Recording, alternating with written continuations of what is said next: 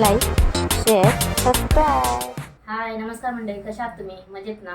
मी मनीषा तुमचं खाडी परिवारात खूप मनापासून स्वागत करते. आज आपण विशेष करणार आहोत भाकरी, ठेचा आणि पिठलं याची पूर्ण थाली करणार आहे. मी तुम्हाला ती दाखवते कशी बनवायची ती.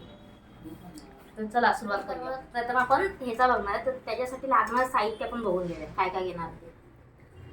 इथे मी पोपटी मिरच्या घेतल्या आहेत. जर आपल्याला तिखट हवं असेल तर तुम्ही लवंग्या मिरच्या पण घेऊ शकता, पण ते जास्त तिखट असतात म्हणून मी या पोपटी मिरच्या घेतल्या आहेत. या मी सगळ्यात पहिलं धुतलेत, चांगल्या पुसल्यात आणि नंतर याच्याखालची देठं काढलेत. पुसल्यावरती कसं म्हणजे याच्यातलं सगळं पाणी सुकून जातं, मग तेच आपल्याला जास्त दिवस राहतो.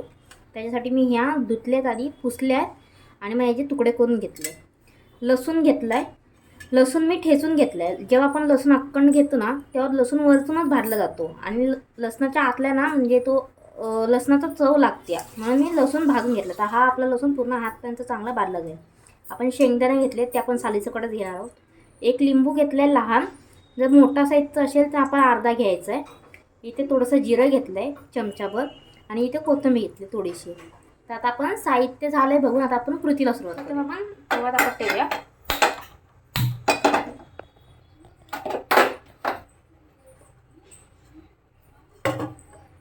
आता मी तेल घालणार आहोत.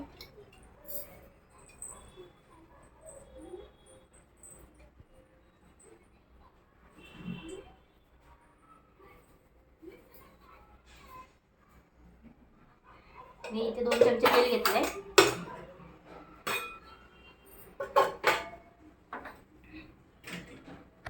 तेल तापून द्यायचंय.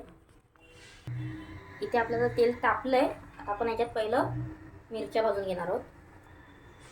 तर मिरच्या भाजताना जरा काळजी घ्या, मिरच्या फुटतात, त्याच्यामुळे अंगावर उडण्याची शक्यता असते.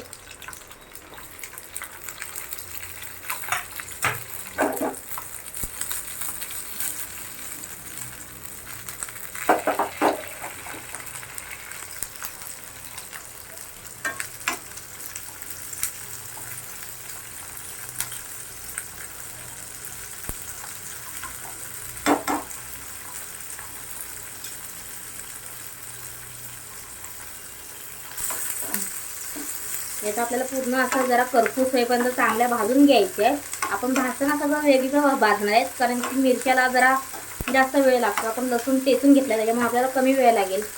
शेंगदाणे आपले बिना तेलाचे भाजले तरी चालतील, त्याच्यामुळे आपण आधी एक एक एक एक भाजून घेणार आहोत. बघा मित्रांनो, आपली मिरच्या अशा चांगल्या भाजून झालेत. आता या आपण काढून घेऊया. तेल चांगलं घालायचं आहे.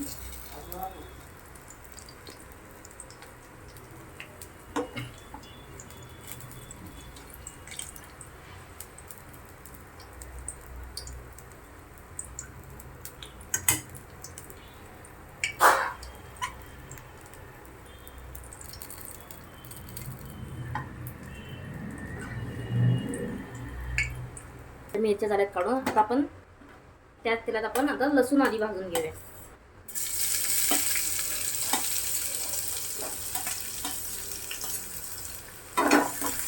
लसूण पण आपल्याला करपूस थोडी भाजून घ्यायची आहे.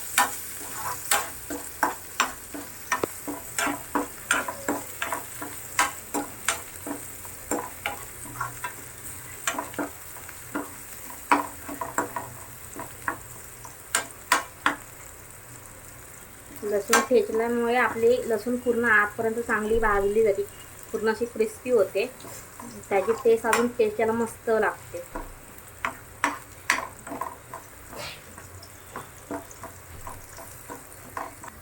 हे बघा, आपली लसूण आता भाजून झाली आहे. आता आपण ही लसूण काढून घेऊया.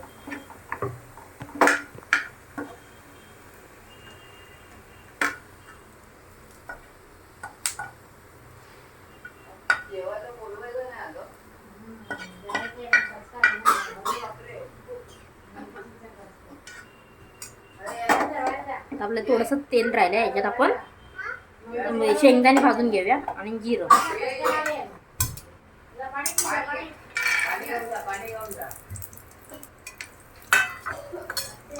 आणि शेंगदाणे जरा चांगले भाजून घेऊ. जरा शेंगदाणे भाजले का जिरं टाकू, नाही तर जिरं पण करपलं तर त्याचा कडवटपणा पूर्ण ठेच्यामध्ये उतरू शकतो.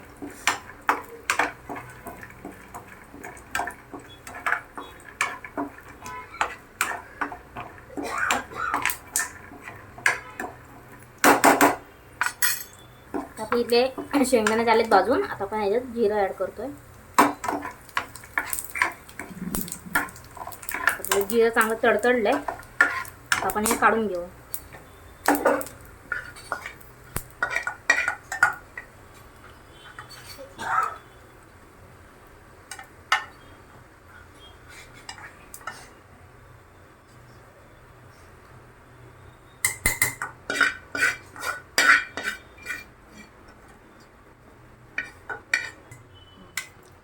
आता आपलं झालंय.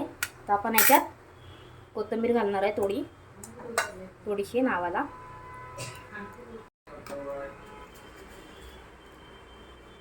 मी इथे जाडं मिठाचा वापर करते.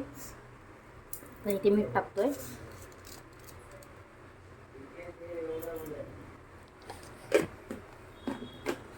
इथे मी एक लिंबू घेते पिऊन.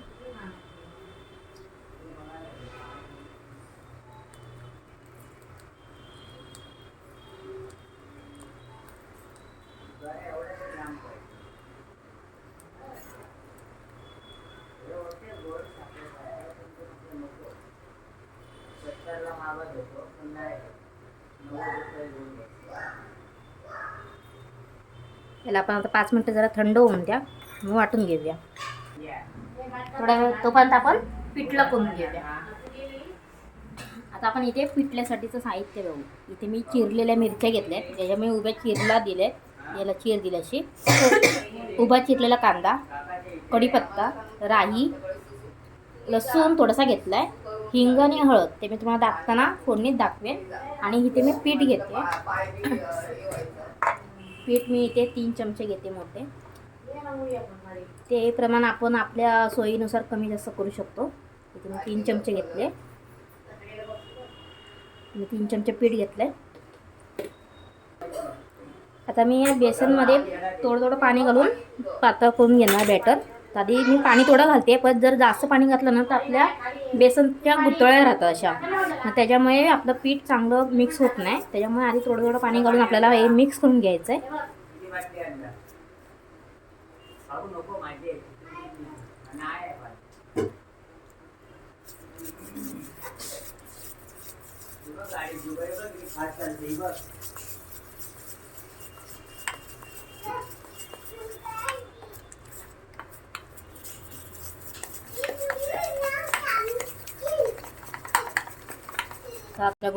ज्या आपले गट्टे असतात ना ते आपले सगळे झालेत मिक्स करून चांगले मोडून.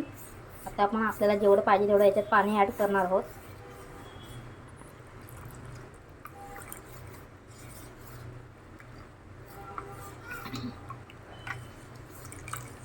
आणि इथे आपण चिरलेली थोडी कोथिंबीर घेतली.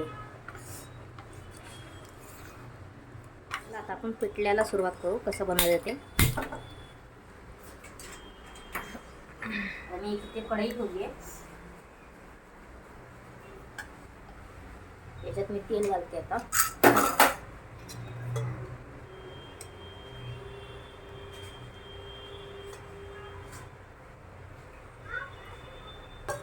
मी इथे 4 चमचे तेल घेतले. तुम्हाला तेल पाहिजे तर कमी जास्त करू शकता. पण त्याचा मसाला चांगला भाजण्यासाठी मी इथे 4 चमचे तेल घेतले. आपलं तेल गरम होऊन दे चांगलं.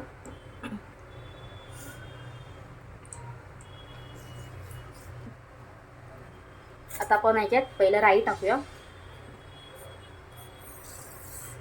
राई आपल्याला चांगली तडतडायची द्यायची, म्हणजे त्याचा कडवटपणा आपला उतरला नाही पाहिजे.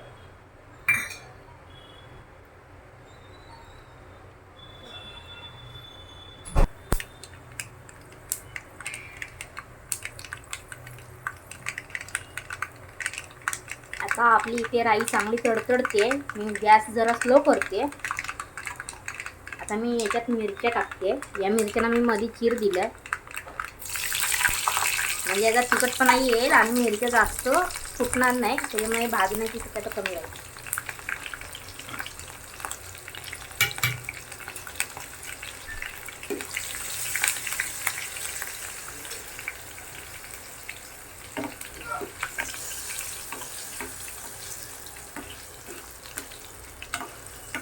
आपले मिरचे चांगले भाजले आहेत. आता आपण याच्यात लसूण ॲड करू.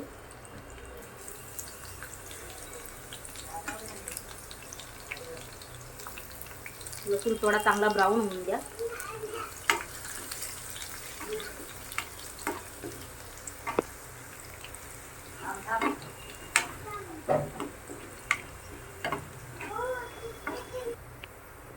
इथे आपला लसूण आता भाजलाय. आता मी या स्टेजवरती याच्यात कढीपत्ता टाकते.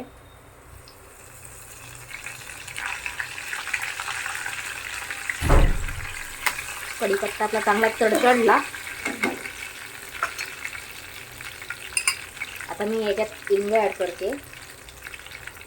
बेसनचा पदार्थ आहे म्हणून मी हिंग पण टाकते. हिंगाची टेस्ट पण चांगली येते आणि बेसनचा पदार्थ असल्यामुळे आपल्याला बाद नाही, म्हणजे असं बादत पण नाही, त्याच्यामुळे हिंग मी घालते याच्यात. तर मी परतून घेतले. आता याच्यात मी उभा स्लाइस केलेला कांदा वापरते. आता कांदा आपल्याला चांगला गोल्डन ब्राऊन होईपर्यंत चांगला नरम करून घ्यायचा आहे.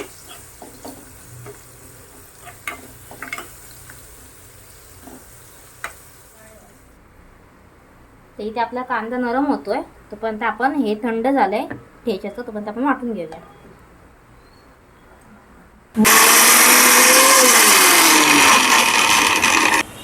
तर हे बघा, आपण आता हे जाडसर वाटलंय. जास्त बारीक पेस्ट नाही करायची, आपल्याला दडदडीत वाटून घ्यायचं आहे. जर तुमच्याकडे पाटा असा असेल तर पाट्यावर पण तुम्ही हे करू शकता, पाट्यावर पण करू शकता. मी आता मिक्सरमध्ये केलं आहे. तर आता अशा प्रकारे आपला ठेचा तयार आहे. इथे आपला कांदा पण आता ब्राऊन झाला आहे, चांगला मऊ झाला आहे. आता आपण याच्यावर हळद घालूया.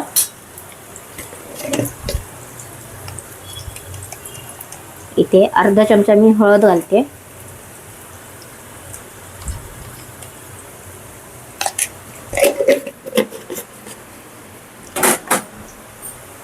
हळदीवरतीच मी थोडीशी कोथिंबीर घालते.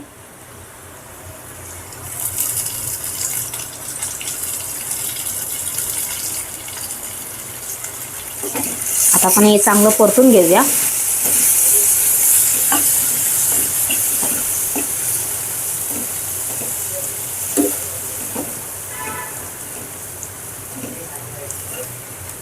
आता आपली हळद चांगली भाजली गेली, मसाला चांगला भाजला गेलाय बघा. आता आपण याच्यात जे बेसन तयार केलं होतं ते ॲड करून घेऊ.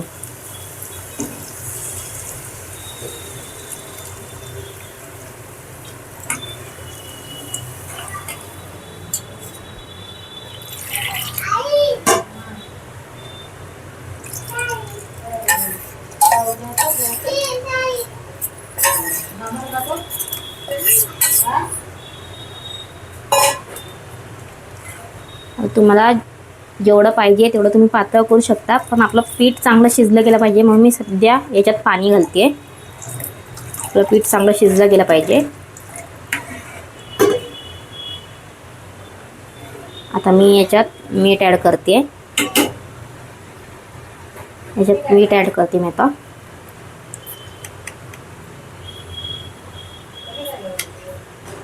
चवीनुसार मीठ टाकले. आता हे चांगलं आपल्याला थोडं घट्टसर होईपर्यंत शिजवून घ्यायचं आहे. बेसन चांगलं शिजलं पाहिजे. आता हे आपण दळत राहायचं आहे, नाहीतर मग बेसन उडतंही आणि खालून लागण्याची शक्यता पण असते कधी कधी. त्याच्यामुळे आपल्याला सतत दळत राहायचं थोडं थोडं. आणि थोड्या वेळाने आपल्याला याच्यात कोथिंबीर ॲड करायची. तर बघा, आपल्याला असं सारखं दळत राहायचं आहे, नाहीतर आपलं असं जर आपण स्टॉप केलं ना, ते असं उकळी आली ना का ते उडत बसतं. बेसन हातावर उडल्यावर खूप भाजतं, त्याच्यामुळे आपल्याला ढवळत राहायचं आहे सारखं. आता आपलं एवढं घट्ट झालं, अजून थोडं आपल्याला घट्ट करून घ्यायचं आहे भाकरीबरोबर. तुम्ही पिठलं भाताबरोबरही खाऊ शकतात, खूप छान लागतं. बघा, आता आपलं हे पिठलं एवढं घट्ट झालं आहे. मी आता सध्या एवढंच ठेवलं, कारण की आपलं जेव्हा पिठलं थंड होतं ते आणखीन घट्ट होत जातं, त्याच्यामुळे मी एवढंच ठेवलं आहे. आता याच्यात मी कोथिंबीर घालते. परतून घेऊ. तर आपलं अशा प्रकारे पिठलं पण तयार झालंय. तर मंडळी आहे बघा, पिठलं, भाकरी आणि ठेचा ही थाली आपली तयार आहे. साधं आणि सिंपल. आवडली रेसिपी तर कमेंट्स करून नक्की सांगा. लाईक करा, शेअर करा. चॅनलवरती नवीन असाल तर सबस्क्राईब नक्की करा. परत भेटू पुन्हा नवीन व्हिडिओसोबत. तर चला तर मग या जेवायला.